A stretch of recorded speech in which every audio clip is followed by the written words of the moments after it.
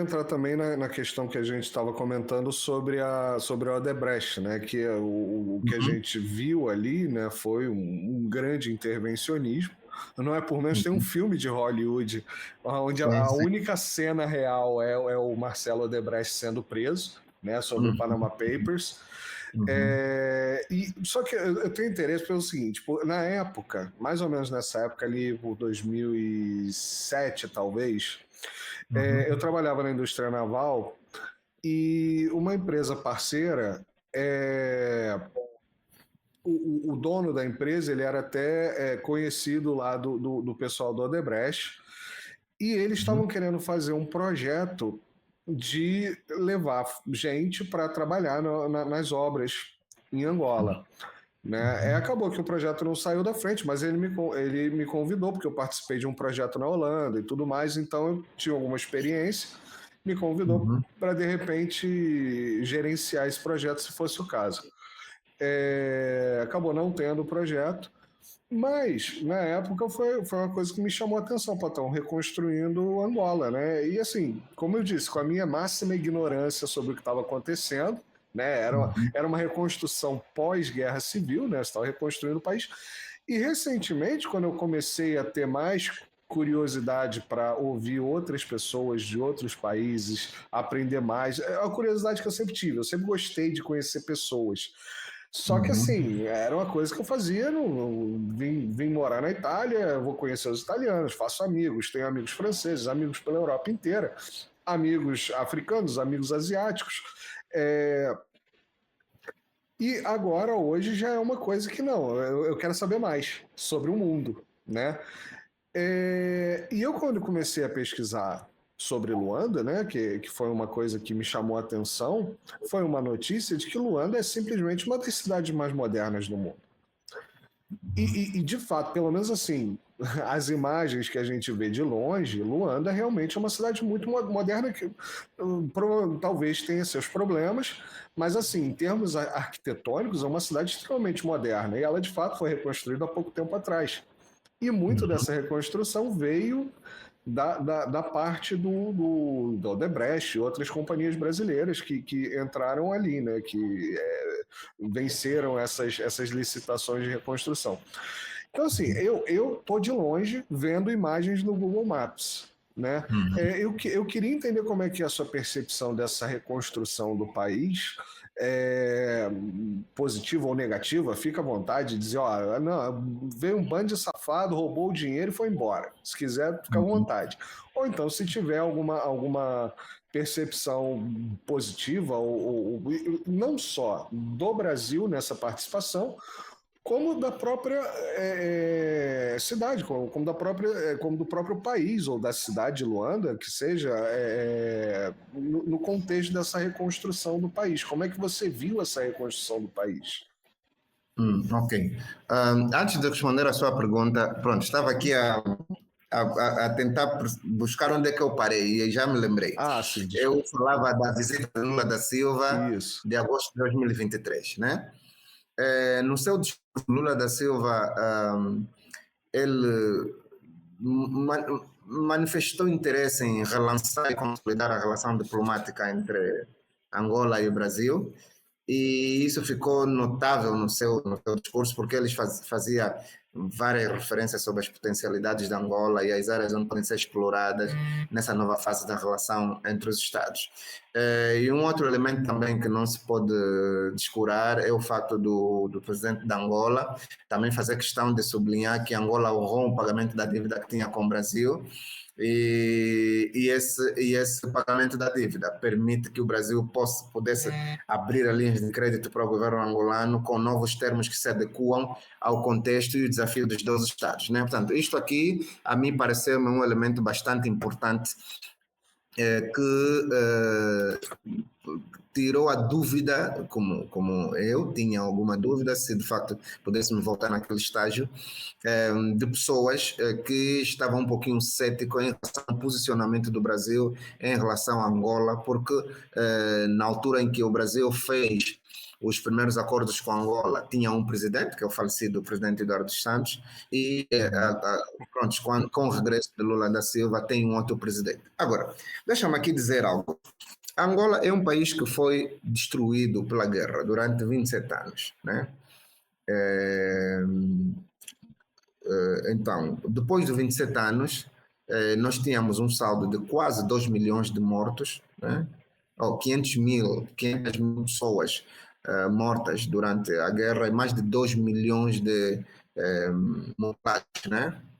Sem falar do número de refugiados ou de deslocados que tiveram que abandonar as suas casas para se refugiarem nos centros urbanos onde possivelmente fossem encontrar, embora existem também centros urbanos que foram completamente dilacerados pela guerra, né? Por exemplo, ao nível da província do Huambo, que é a província, a segunda maior província de Angola em termos de extensão urbana, ou seja, a cidade do Huambo, ela é grande como Luanda, né? Ou não tão como Luanda, mas é a seguir a Luanda, né? O conflito aconteceu mesmo no centro urbano, portanto, até agora ainda é possível encontrar alguns edifícios onde você encontra vestígios de bala cravada na parede, né? Já não tanto como no tempo de Parece guerra. até o Rio de Janeiro. Exatamente. Já não tanto como no tempo de guerra, mas ainda é possível saber que ali houve guerra, né? E depois de Angola passar por esse processo de guerra de 27 anos, o governo angolano, na altura, entendeu criar uma conferência de doadores. Ou seja, essa conferência de doadores aconteceria em Bruxelas, onde os Estados ocidentais então fariam doação para a reconstrução de Angola, né? O que nós precisamos compreender aqui é que há uma perspectiva de apoio para a guerra, mas não há uma perspectiva de apoio para a reconstrução pós-guerra, né? Nós sabemos que há uma parte beligerante, no caso da Angola, foi a UNITA, que era apoiada pelos Estados Unidos e a África do Sul. No caso do MPLA, que era apoiada pela Cuba e a União Soviética.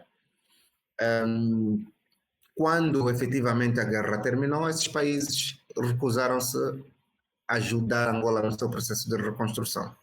Portanto, existem alguns escritos, uns entendem porque que não havia interesse, simplesmente interesse.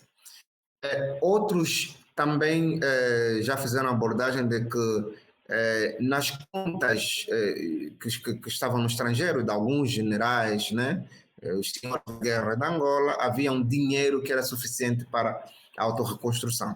Seja como for, o discurso oficial é de que houve uma negação dos Estados do Ocidente e isso resultou que Angola se virasse para o Oriente.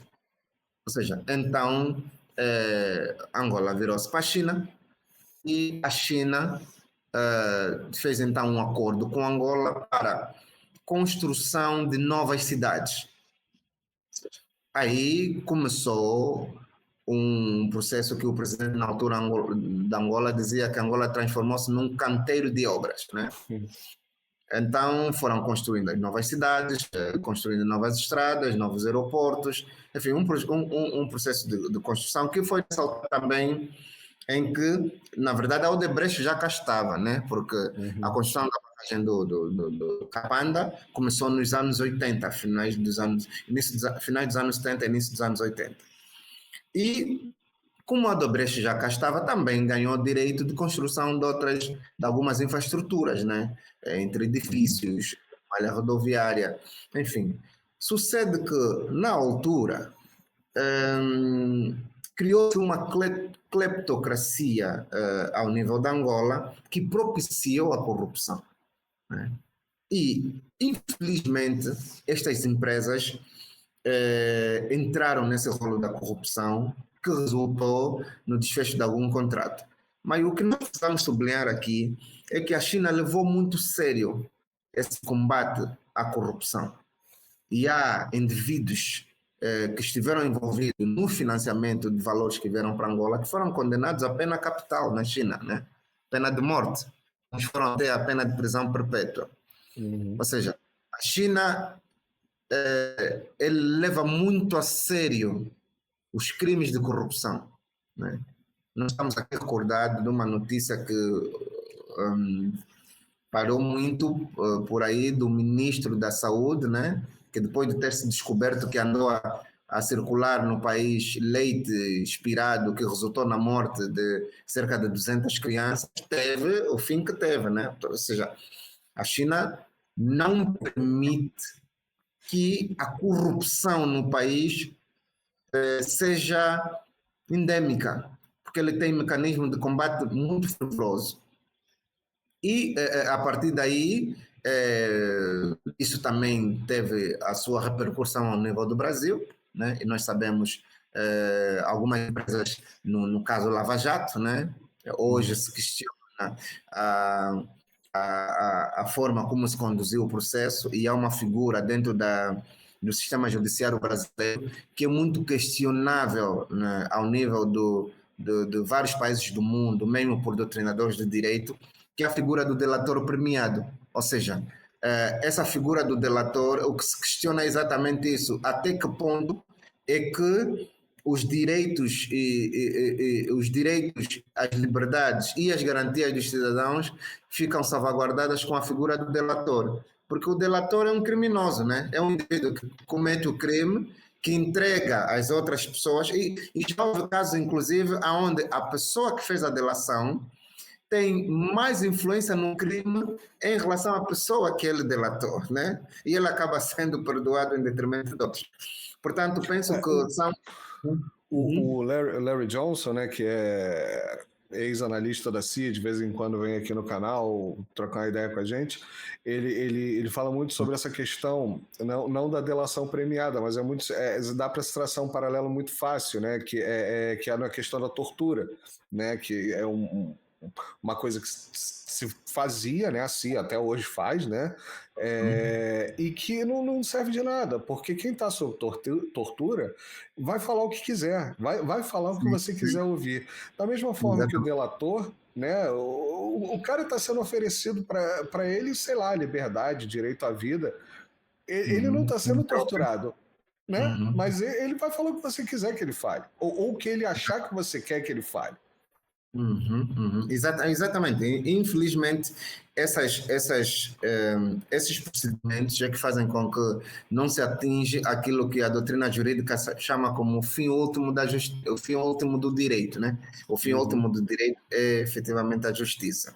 Então, penso que, independentemente do que terá acontecido com a Odebrecht, há algumas obras que eles fizeram no país que hoje são dignas de realce.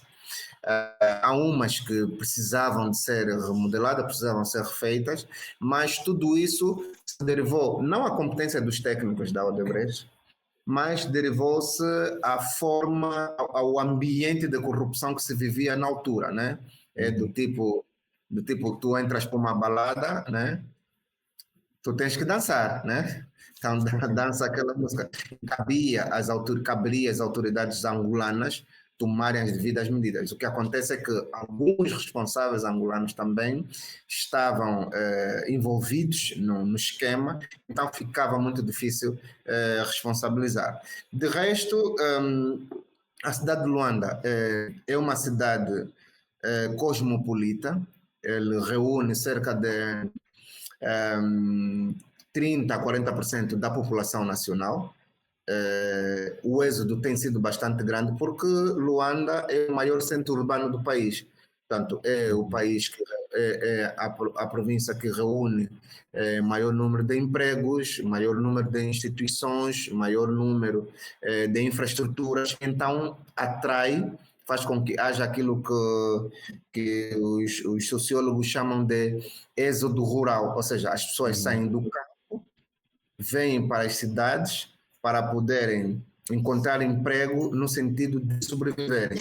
E o vertiginoso crescimento de Luanda, em detrimento de outras localidades da Angola, tem permitido com que haja essas chamadas assimetrias regionais.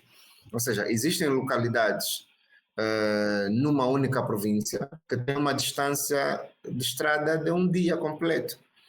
Mas isso não é alguém que quer sair, por exemplo, do centro de São Paulo para ir a Satuba, por exemplo, no interior de São Paulo.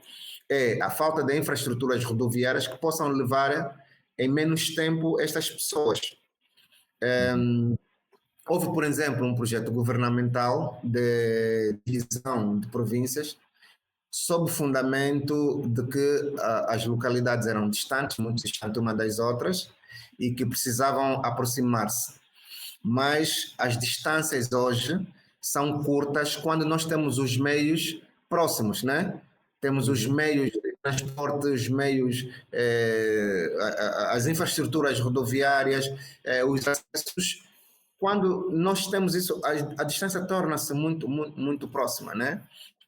Se nós olharmos, só mesmo para terminar nessa parte, Marcelo, se nós olharmos, por exemplo, em 2000, antes do lançamento do 777, né? O avião da Boeing, os 737 faziam uma viagem de Luanda a Lisboa em 9 horas, né? O 777, se atinge a velocidade de cruzeiro de até 1000 km por hora, é capaz de fazer 6 horas. Então, você pode tomar o pequeno almoço em Luanda e almoçar em Lisboa. Ou seja, consoante o mundo vai desenvolvendo, a forma de comunicarmos, de darmos resposta aos problemas, também vão sendo menores. Então isso vem da narrativa da distância em relação ao espaço-território. Mas pode falar, Marcelo, desculpa lá. Não, sim, quando você me diz de um dia de viagem de Angola, assim, Angola é um país muito grande para a África, mas um dia de viagem no Brasil, eu vou do Rio de Janeiro, não sei, não tenho nem ideia até onde eu vou. Se eu for para o sul, para o Nordeste, antigamente as estradas eram um pouco piores, mas eu saía, digamos, do Rio de Janeiro a Salvador, a gente levava talvez umas 20 e alguma coisa horas. Mas para o sul do Brasil eu chegava em Florianópolis em 12 horas. Né, meio dia de viagem. E a gente está falando de 1.200 quilômetros. Né? Sim. Passando pelas BR. Pronto. Passando pelas BR, de carro, no tiro. Sim. Não, pronto. O que se passa aqui também é que depois com o financiamento chinês em 2006, houve o chamado processo de reconstrução nacional e a prioridade foram infraestruturas básicas, né? A malha rodoviária construída, fala-se em mais de 50 mil quilômetros, né, de malha rodoviária construídas. O grande problema não estava exatamente nas infraestruturas construídas, mas sim na qualidade das infraestruturas construídas. Ou seja, eu penso que na altura acontece um enorme erro de colocarem empresas de fiscalização acompanharem obras que não tinham muita experiência em fiscalização de obras, né? E penso que também o outro erro que se terá cometido é, no âmbito da celebração do contrato, não permitir que a assistência técnica fosse feita num período de mínimo de 10 anos após a construção das infraestruturas. Então, o empreiteiro construiu e foi embora, né? Depois, quando a infraestrutura começa a se deteriorar, tu não tens como chamar o empreiteiro, porque ele já não está cá, já recebeu o dinheiro e foi-se embora. Portanto, eu penso que são erros que se vão cometendo, que precisam ser melhorados, né? A par disso, há outros elementos que são já mais de natureza social, né? Que tem a ver com a degradação das condições sociais das populações, e isso também tem a ver com aquele primeiro elemento que eu falei, das pessoas procurarem um espaço onde possam sobreviver, e esse espaço infelizmente, é Luanda. Daí o fato de Luanda aparecer aqui numa dicotomia. Por um lado, é a menor província do país, é a província mais pequena do país.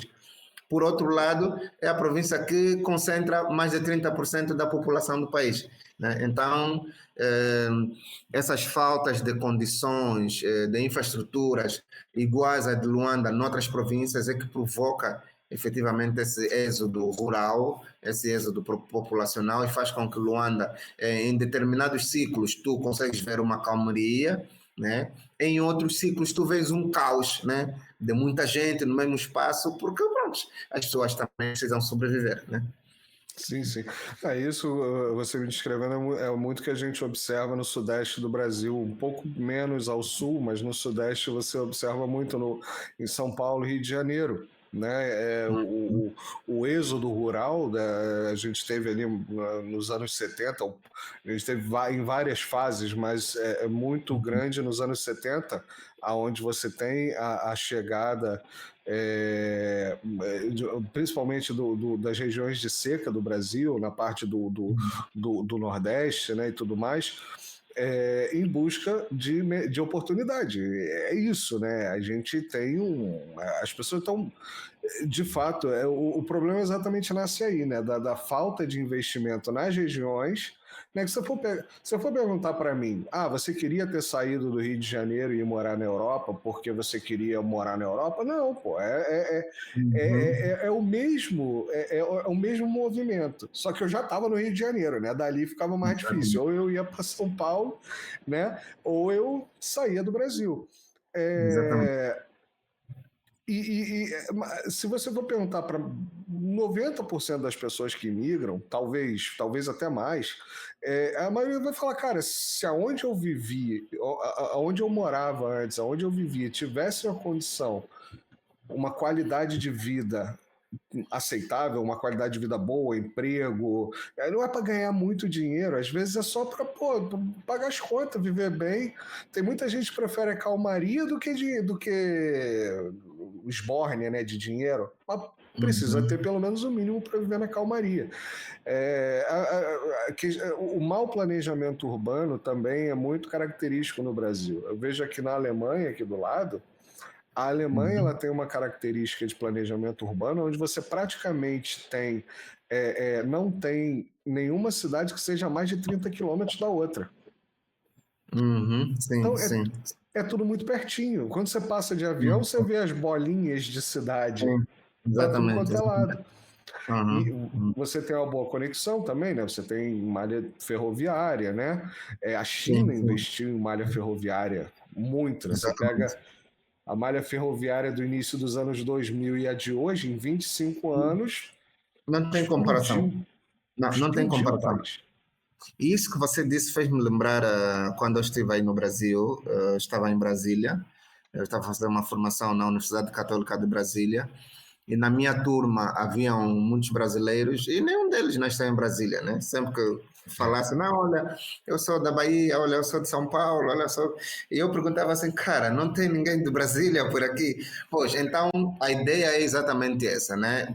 Quando se comparasse o local de nascimento destes meus ex-colegas e comparasse com Brasília, conseguia claramente ver que não havia comparação. Né? Então, o nicho da imigração tem exatamente a ver com a necessidade de encontrar no local de destino as condições que você não tem no local onde você nasceu. Né? Não tem mais sentido. É exatamente isso. Professor Paulo Gamba, a gente está 1h20. Para variar, como eu disse antes, eu não consigo me manter dentro de 1 hora. O senhor está precisando fechar ou dá para a gente seguir 10 minutinhos? Sim, vamos, sim, mais 10 minutinhos, sim, podemos sim. Sem pressão, numa boa mesmo. Uma Tá bem, pergunta só. sem problemas, Marcelo, sem problema. É, é só que eu queria fechar uma curiosidade, porque tem muito assunto. Eu vou ter que lhe convidar outra vez. O senhor vai ter que me aceitar vir voltar outra vez, por Já favor. fiz, já sei. Ou 10 vezes, ou quantas vezes, porque é muita conversa e uma conversa sensacional mesmo, de verdade. Mas eu queria entender uma última pergunta, que não era a última pergunta, mas eu vou para ela para fechar, que é a questão da União Africana. Como é que Angola está vendo isso para Angola? Agora vamos sair um pouco de Brasil, vamos focar só em Angola. Como é que Angola está vendo a União Africana para si e para a África? Bem, a Angola vê a União Africana com algum ceticismo, né? Porque o continente africano é um continente que faz-me lembrar aqui umas palavras de um historiador do Burkina Faso chamado Joseph Kizerbo. Ele dizia que chegou uma altura em que os Estados africanos deixariam de ter as potências colonizadoras sob seu controle e seriam controlados por neocolonizadores iguais a nós, né? Portanto, eram lideranças africanas que passaram por um processo de lavagem cerebral nas academias das ex-potências e depois, quando eles chegam ao poder, eles identificam-se com estas ex-potências, né? E muitos desses homens, dessas lideranças africanas, chegaram ao topo, né? Ao topo da governação dos seus países.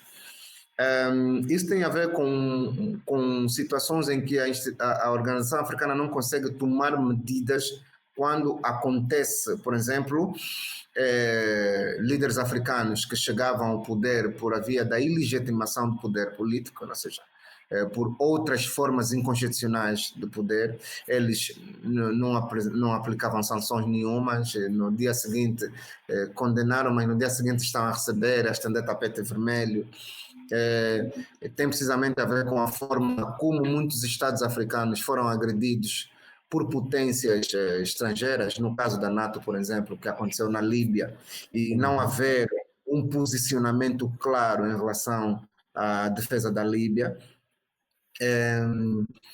O que está a acontecer, por exemplo, ao nível do Moçambique, em Cabo Delgado, ou o que está a acontecer na Nigéria com o Boko Haram, ou seja, uma força de paz que consiga, uma força de intervenção que consiga, por via da guerra, acabar com a guerra, né?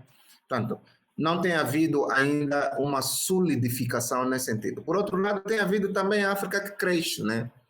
Tem havido também lideranças que nos enchem de orgulho. E falo dentre os vários, falo, por exemplo, do general Sékou Konaté, né? Que depois da morte do presidente Lassana Conté, um dos seus ex-guardas, um dos seus capitães, criou uma junta militar, fez um golpe de Estado, autoproclamou-se o presidente, né? E o general Sékou Konaté conseguiu efetivamente afastar o capitão Dadis Camara. Ele, enquanto general, segurou o poder durante 90 dias, enquanto chefe da junta militar nomeou os civis e ele retirou-se e organizou as eleições e até participou, né? Pronto. É uma prova clara de uma liderança africana que precisamos aplaudir. Podemos também ir à Nigéria, por exemplo, com o general Olusegun Obasanjo, que foi o último golpista, né? O último general a dar um golpe de Estado na Nigéria, que depois despiu-se das vestes militares, convocou eleições e até hoje a Nigéria entrou num processo de estabilidade política que faz sucessivas eleições, alteração do poder constitucional por via do voto. Podemos ver, por exemplo, a África do Sul, que não obstante a influência do poder político, consegue movimentar ações judicial contra ex-presidentes, no caso do presidente Zuma, que chegou a ser detido, inclusive, o presidente do parlamento, que estava sob investigação e acabou apresentando demissão. Ou seja, há aqui um conjunto de países que também vão mostrando essa separação do poder. Olha, no caso do Quênia, né, o líder da oposição reivindicou as eleições, o Tribunal Constitucional mandou fazer a recontagem dos votos e foram para uma segunda volta. Ou seja, são modelos de atos administrativos ou judiciais em países africanos que a nós enchem-nos de orgulho e colocam-nos esperançosos de que nem tudo está mal, que alguma coisa está bem, né? De resto, que a União Africana, enquanto instituição de facto, idealizada pelos precursores da sua fundação, ainda a Organização da Unidade Africana, refiro-me aqui a Kwame Nkrumah, Patrice Lumumba, Gamal Abdel Nasser, Sékou Touré, eles idealizaram uma União Africana muito diferente desta que existe. Né? Mas esta revolução no Sahel está a mostrar que esta União Africana vai para um caminho que, na minha opinião, já não tem volta.